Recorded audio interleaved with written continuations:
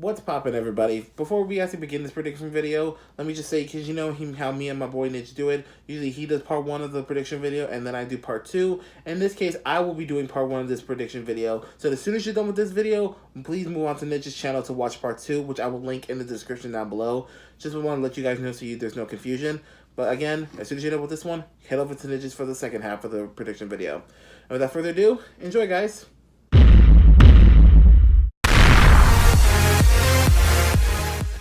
What's poppin', ladies and gentlemen? How's everyone doing? This is your boy Ivan. With me, as always, is my boy Nick ZFX. And today we're going to be doing another prediction video for you guys to the next death battle, Ganondorf's Dragmire versus Castlevania's Dracula. Now, this is a very, very interesting battle, to say the least, because they're both immortal. They're both evil as fuck. And it's just like, going into this research, I have no clue who's going to take this because, like, we've mentioned several times in our previous predictions how we feel like it's so close this is going to be a draw.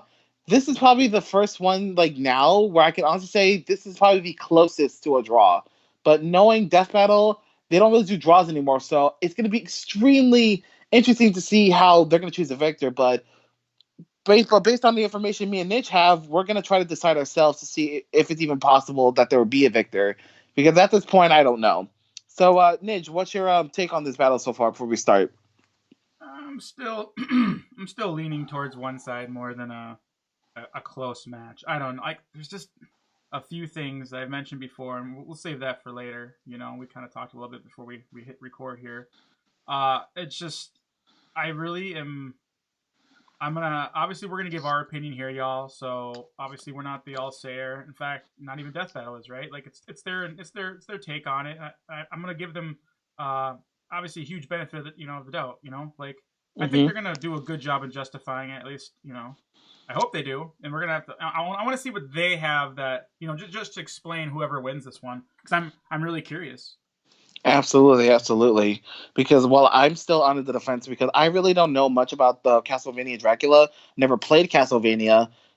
So don't flame me in the comments. I'm sorry. I know the game. Like I've seen the game like online. I just never got the opportunity to play it. So if it ever comes on the Switch or because I know there's one on Steam. So once I get a computer, I will definitely play it. So Yeah. don't flame me. But anyway. For history, for me, I've played all the Zeldas. Back in the day when I was a kid, I beat like Zelda 1, 2, Link to the Past, 64. And that's kind of where I stopped because I kind of grew up. And no offense to older people or my age that continue playing Zelda, but I went to the army, in the 2000s. And that kind of, during that time, I didn't touch video games for like almost 10 years. I kind of fell out of the Nintendo owning kind of creature. Yeah. And then when it comes to Castlevania, I played 1, 2, 3. I've played Symphony of the Night. Highly recommend that one. If any of you are curious about your first Castlevania game, side-scrolling, just get Symphony of the Night. I know, granted, you're not playing really as a Belmont much. You can. I don't want to spoil it to you. You play as him because he's part of the story, because it builds the story. Highly recommend that one. Castlevania Symphony of the Night. You will not be disappointed. Very good side-scrolling castle dungeon crawler RPG. And I played that one, and I think that was almost kind of the last one where I also played a Harmony to Despair. That was an online one, so that really wasn't. That one was kind of like I want to say that one's like a non-continuity game. It was just like every Castlevania person was pulled from different timelines and just randomly put together, just to beat levels for entertainment purposes. So I don't think it's real. So Yeah. All right, right on. So I guess we should start going to the specifics of their abilities: strength, speed, durability, magic, and their weaknesses if we can find any. But I guess we'll just start with strength. So do you want to take the reins on this one, dude? Talk about what Dracula can do. Yeah, you can always lead it. All right, I'll leave it this time. So I'm looking at Ganondorf stuff for those who don't know. I'm leaning towards Ganondorf. My man's gonna be looking at Castlevania because I don't know shit about him. So in terms of strength, obviously he's extremely powerful. He's really good at close range combat, as we've seen in his previous death battle when he fought whatchamacallit, Bowser, which I thought was a stupid match, by the way. But anywho, I will go on a tangent, but I'm not going to. I just want to keep this moving. So for strength, he's strong enough to punch a boulder. He what it says here, collapse the floor with a punch that causes a seismic vibration. collapsed all of Hyrule Castle, and destroyed a section of Hyrule Castle wall with a single sword swipe. So yeah, he has a lot of power to destroy. So he's definitely castle level, or I'm not sure. Like that kind of like depends on how big the castle is. So So you're that's saying in one punch he destroyed a whole castle, yeah. He said or just took collapse. out a wall? What It was it? says it says right here destroyed a section of Hyrule Castle wall with a single sword swipe. Oh, But a also section of a wall. That's not a whole castle. no, but also says right here collapsed. Crap. Give me a second. Mm-hmm. It also says right here he said he collapsed the whole castle. Collapsed all of Hyrule Castle, which I'm trying to click the thread, but it's leading me to a YouTube video. So one slice, he was able to take out a structure that held up the whole castle. Yeah, Okay, so it sounds like he took out a beam support. He didn't actually like slice one little section and the whole castle went like, you know, do you know what I mean? Like, yeah, I just want to make sure, like, that's a huge difference because, for yeah. instance, like if I wanna knock over, like let's say my house, for instance, I know where the beam is, right? And if Mm-hmm. I was somehow took a something and whacked that whole beam, the whole roof would collapse. That doesn't make me house level. You know what Yeah, I mean? yeah. Nidge equipped with jackhammer equals house level. Like I just want to make just like if you chop a tree down, like it's like I with one swing with an axe, I can take down like a tree. You know what I mean? Like Yeah. that doesn't make me tree level with axe. It's just like I just want to make sure I understand the whole context of that. No, that's fine. And I just briefly saw the video, and yeah, he definitely did destroy the whole building himself. But Okay. in terms of the single section of the wall, which also leading me to another YouTube video. Mm-hmm. So yeah, so I mean, he's definitely above wall level. But at the same time, I'm sure there's a lot more to his strength feats than that. But as far as I can tell, this is what I'm seeing. This is all I can really see. Strong enough to really punch a boulder, but it really depends on how big that boulder even freaking is.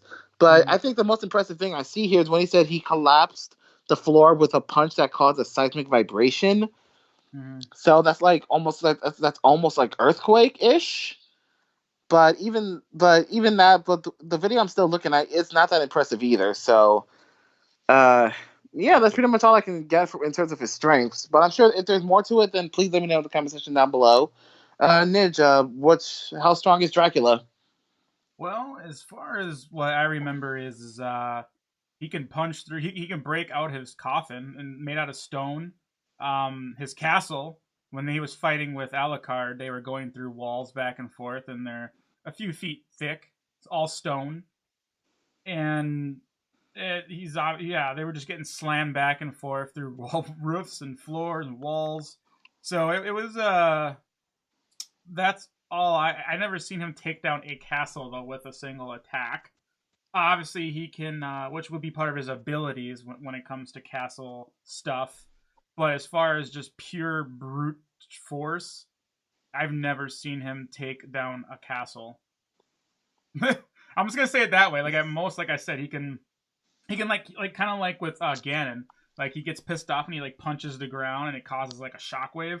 Yeah. So both of them have a very similar shockwave move effect that they can do. And yeah, like I said, he was been punching through. Yeah, like I said, several feet thick stone with ease. Like it didn't even matter. Oh, okay, and that's so far the most impressive thing he's done in terms of physical strength, because at least from what I can tell, like knowing Dracula, he doesn't seem to be all about like being physical. You know what I mean? Yep. As far as I can tell, you could please correct me if I'm wrong. But as far as I can tell, he doesn't really seem to be like in your face, close combat like Ganon is. So but Yeah. I'm sure what it. Dracula prefers if he knows he's out strength, he will resort to range combat. But if he's ready to prey on his victim, he gets close, obviously, because he's a vampire. Okay, but in terms of like power output, like is there anything anything that shows? Yeah. Once we get into abilities, that'll kind of maybe that'll raise it in his favor. But for now, the most impressive feats with his bare hands of swinging them around is yeah, he could easily punch through stone, no problem. All right, fair enough, fair enough. Mm-hmm. So I guess in terms of strength, this is kind of a tricky. So in terms of physical strength, And, I think I'm gonna. and this is his bare form. I should remind you. When he morphs into a bigger form, he is stronger. But I just don't really have a gauge True. of it because they never showed any feats. But it is to assume that when he morphs into a different form, everything gets amplified. Hence, that would be the point of transforming. Yeah. I don't think anything lacks in power when he transforms because when he does, he gets a lot bigger. And I'm not, of course, like in a world of like DC, right, and Marvel, like size doesn't matter, right? Because you know what I mean. Like Superman's like 6'2" or whatever, but he could take out someone that's like 10 feet, no problem. You know what I mean, or whatever. Yeah. Or like Yeah. Godzilla, like so it's like I'm not gonna. But in this world, size does matter, and at least in the world of Castlevania, it does play a little bit of a role. Of course, there's still some supernatural, but so I digress. No, that's fine. And so that also can apply to Ganon as well because this is base form Ganon what I'm talking about. And Mm-hmm. when he becomes his pick form Ganon, obviously his strength is amplified as well. So Mm-hmm. that's really where it's going to come. That's really where how their strength is really going to come to play. Mm-hmm. But just in terms of their base form Ganondorf, I think in terms of physical strength he has the edge. Well, it may Mm-hmm. not matter so much in this fight because they have magic powers, but it's at least it's a straw to grasp at. So I would say in terms of physical strength, Ganondorf take this at least for now until we can know Yeah. about their other forms and stuff as well. I feel 100% confident that Ganon has more physical strength than Dracula. Yep, I Absolutely, agree. absolutely, yeah, absolutely. So you want to look at speed now? Go ahead. All right, so yeah, not much is really so Ganon isn't much of a speedy character, but being who he is, I'm sure he's pretty quick because like obviously he can he's well, it's not really speed, but he's able to teleport, which I don't know if that's really speed. Like that's more reaction, but speed is speed. Depending on how you want to see it. I consider it a speed feat because Nightcrawler, for instance, if he could teleport behind you and punch you, that's a speed attack. Like you can't say it isn't.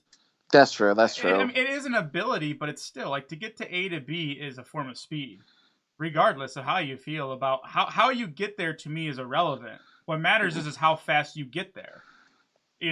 Like that's why to me, like there's different methods of transportation. For instance, like there's flying, there's Mm-hmm. foot, and there's teleportation. All of them have speed feats. That's true. That's true. You're absolutely right. I didn't think about that. This distance covered to me is speed. So No, that's how I see it. But no, you're absolutely right, and it's also worth noting that Ganondorf has been shown in several instances the ability to travel between dimensions, whew, whether via teleportation, breaking free of imprisonment, or breaking into the sacred realm. So, in terms of whether he's teleporting or actually going to another dimension, like that's still technically speed. So, and keep that may also apply to reaction speed as well. And speaking of reaction speed, he was able to dodge the light arrow attack. And it says right here, a recurve bow arrow moves at about 255 feet per second or 150 miles per hour, meaning Ganondorf is hella fast. He could that's also, not. I mean, that's yeah. Okay, go ahead. I mean, that's in terms of reaction speed, but that's still pretty. It's not like he's firing a gun because this is kind of still like in the medieval days. So Mm-hmm. there weren't guns or really pistols or anything really fast, but there was lightning. So, but this is just like his basic speed, a basic reaction speed. I'm sure he's even faster than this. I'm confident he's faster than this. Well, that actually gives me a good argument, counter argument. Okay. As far as the speed goes from Dracula, he is kind of clocked in at faster than human eyesight. That's kind of what a lot of people have said. I'm very iffy about that statement because when I hear people say someone's faster than human eye, I tell people I'm like, you can see a shooting star in the sky, right? And people go, yeah. I'm like, do you know that thing moves at like almost half the speed of light or whatever? And they're like, you know what I mean? Like, I don't know Yeah. the exact numbers, but the fact that we can see a shooting star means it's not faster than our eyesight. Like, I can see it from like A to B. Like, when you see it, have you guys ever seen a shooting star? I know you guys have. Yeah, I That did. that mean Yeah. that would mean you guys could see faster than the speed of light, or I can't remember what it is. I think it's I don't remember anymore. Now. It's either like half of it or it's more than it or something. Either way, like so that's why I tell people like close up is a lot different than looking in the sky, right? So when I hear Yeah. that, like it doesn't faster than the human eye to see. How many feet away was the human's eye? That's really where you calculate this type of speed feat. So we'll just take it at that. He does Okay. leave after images behind from speed. From what I've known, leaving after images actually doesn't take a lot of speed to do so. And my argument is, look at a car driving with its rims. You ever notice when a rim spin on a car, all of a sudden it almost looks like the car's driving backwards? You ever notice that the wheels look like they're spinning backwards? Yeah. You know what I'm talking about, right? Like when she Yeah. goes so a certain speed, that's an after image. It's going so fast that it looks like so. And I know a tire spins how many thousands of rounds? You know, what was it, like 6,000 rounds a minute? So like you Yeah. have to kind of figure out the math on that. But even I remember someone calculated it before. I wish I remember what the human eye, all it needs to kind of give off the human eye. So whenever I hear that, it's like, yeah, it sounds kind of cool, but it really is not that impressive. Dracula disappears from eyesight, blitzes the hero from behind. Yeah, that's a very casual move that he does. Mm-hmm. That's just what Dracula does. So just like Ganon, he would just always teleport around and try to try to get behind you. That was just kind of what he did. Mm-hmm. There was a time, like I said, I don't know if they're gonna include like Netflix, and all the stuff. That's another reason. I'm gonna say this with a disclaimer right now, y'all. I don't know if they're gonna include. Technically, it's canon, y'all. Like in a sense. I don't know if it's main continuity, but he was able to get crossbowed from behind, but he just like turned around while being distracted, and just be like, huh, like turn around and like dodge that shit. And normally him getting shot at with bows of arrow with fire, the townspeople, blah blah blah, Mm-hmm. like anybody, he just sidesteps. He's like, this ain't shit. Like he sees an arrow coming from a mile away. Like he's very quick. And then remember, every time Link takes out Ganon, it's always a fucking bow and arrow. That like not always, but you know what I mean. Yeah. So That's true. I almost feel like the reaction speed just by this feat alone, because both of them have had to dodge arrows in their life. They both are professional arrow dodging people, right? Yeah. And with that being said, I have to give it to Dracula. I don't think he's ever even got hit by an arrow. Maybe once or twice, but Fair enough. with Ganon, canonly speaking, that's like his freaking kryptonite, man. It's like he can dodge probably lightning or some crap, right? But can't dodge an arrow. So I don't know if that's just writer plot, but Yeah. So, and also his son too can fight really fast at blitzing speeds. Like he's very quick. I know it's hard to measure the speeds, and this is where I'm hoping Death Battle's gonna have to come in with the clutch to really give us some really nice numbers. But in my opinion, I'm gonna have to give the speed to Dracula. Okay, fair enough. I can agree with that. Cause like he's also dodged lightning too. I do want to say that Dracula has. I do remember that.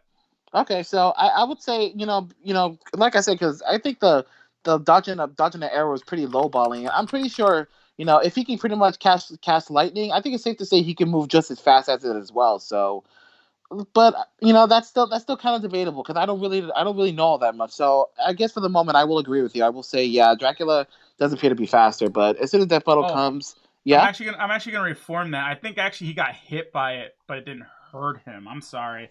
So don't take that as a speed feat.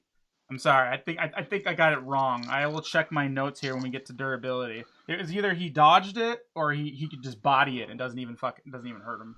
Oh, okay. Sorry. So don't take that. But to me, the whole arrow dodging alone. So long range attack speaking, because there's two types of reaction speed. There's close up and there's long range dodging. Like people think they're the same. No, everything's different. Absolutely. Unless you're actually like a fighter or a soldier, you have no idea. Because like for instance, I used to play a lot of paintball.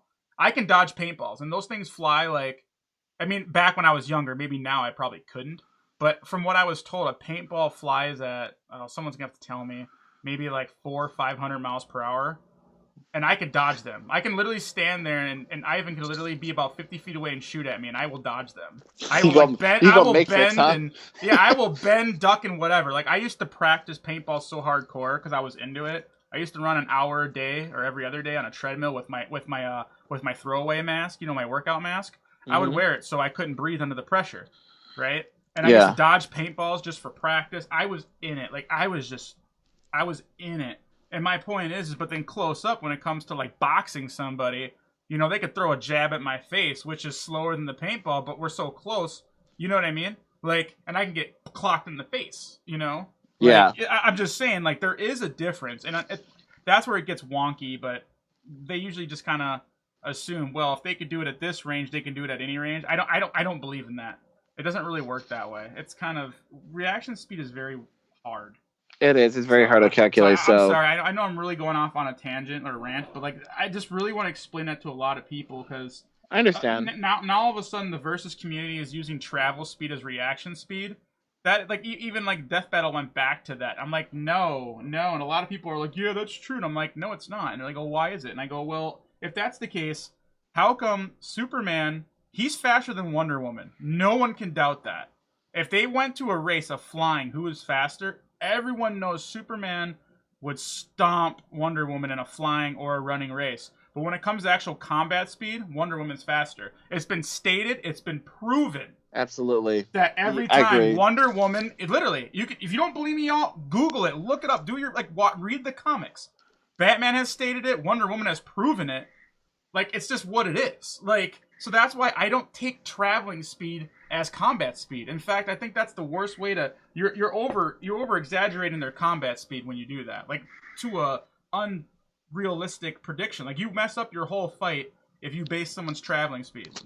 Yeah, I completely agree with that. I agree. So yeah. No. So anyway, as far as the speed goes, like I said, I'm still going to go with Dracula though, based on what I know. Okay, fair enough. So I guess we should head into durability then. Now this is probably where the where it's really going to come into play here, because because this battle is really going to come down to who's going to be able to hurt each other or let's just kill each other. So this is really going to play a factor. Now, what I have here is very minor compared to what Death Battle research, but based on what I see here. So it says right here, in terms of resistance, Zelda exerted all her magical energy to hold Ganon for a few seconds. So that shows that he's very resistant. It says right he survived being impaled in the stomach and lasted off. And this is where he got stabbed by that holy sword, that light sword. And it says right here, he then proceeds to use the Triforce power to break the change, with the sword still impaling him, and kill one of the sages before pulling out the sword. And this is one of the ancient sages, which means he's immortal. Which means he's immortal. So that just shows, like, if that sword is holy, which I'm pretty sure it is, he literally just shrugged that shit off. But we'll get into more details about that later. Now, in terms of durability, he survived the castle being fall on him, and if you remember Ocarina of Time, that's a big fucking castle. Yep. That's millions of tons. Not even millions, but it's like millions of pounds being fall on his body. So he can take a hit really well. Mm-hmm. So and again, he's just immortal. So but that's pretty much all I see in terms of durability. So I got a quick question. What about his healing factor? Does he have one or no? I have no idea, to be honest. That is a good question. That I don't know at all. It's not stating. Yes, it doesn't say that. I don't think he ever has shown to have one, but I just want to make sure. So anyways, y'all, so with that being said, if he does, let us know in the comments below, because that could be a factor right now in what we're about to discuss. So it's kind of funny because both of them has had castles falling on them, because Dracula had the same thing. His own castle fell on him too, and he survived it. He just survived it, and he turned into bat form and got away. So I don't know if he like juked it, and never sustained damage, or if it actually fell on him. It's kind of more stated physically he did get hit with it falling on him. Just like I kind of compare his durability to Wolverine and Deadpool. I would say maybe Deadpool and Wolverine's, the newer comics now it's probably way more hype than Dracula's, because his head's got knocked off and then he comes back. He's exploded, comes back. Burn in flames, comes back to a new form. And the thing is whenever this stuff happens, he ends up just like his body just comes back together and like it repairs itself. Like he almost was killed with the this is like the weapons that the Belmonts need, right, to take him out. They got to use that holy Belmont type of weaponry. What the hell was it called? Morning Star. And when you that was like the thing that was supposed to it kills all vampires in their world. It's like a holy weapon type of ordeal. It killed every single vampire except Dracula. So that kind of gives him a little bit of hey, check it out, like he's actually the first one to survive it, you know. But as far as his weaknesses go, and this is something, Ivan, I'll give it back to you after I'm done, so you can Mm-hmm. mention your boy's weaknesses. We, Mm-hmm. we we have to remember that there is some weaknesses for sure that I remember of Dracula, and I think a lot of common sense, sunlight. Uh, Yeah. our boy cannot. This fight, if it takes place during the day, he's already screwed. I can see them kicking him out the window, and he's gonna he's gonna get smoked. Like Dracula don't fuck around during the day. You're like, let's just face it. So if this fight starts off in the sunlight, I'm already gonna call it and say that he loses. Just because Yeah. it just wouldn't make sense. Like he's not up during the day. He's sleeping unless Ganon somehow just tries to sneak up on his coffin. Right? Okay, great.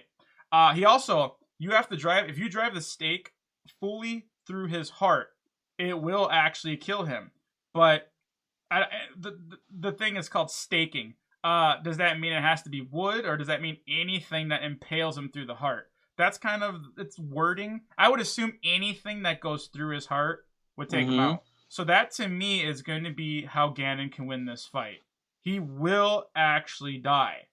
Um, but clearly no one else in the past was able to do that to him. So I'm kind of curious as to how he keeps coming back to life. Maybe they just didn't know to stake him. I'm not sure, but that was kind of like one thing that's been stated that will actually take him out. So as far as your weaknesses to Ganon, tell us all.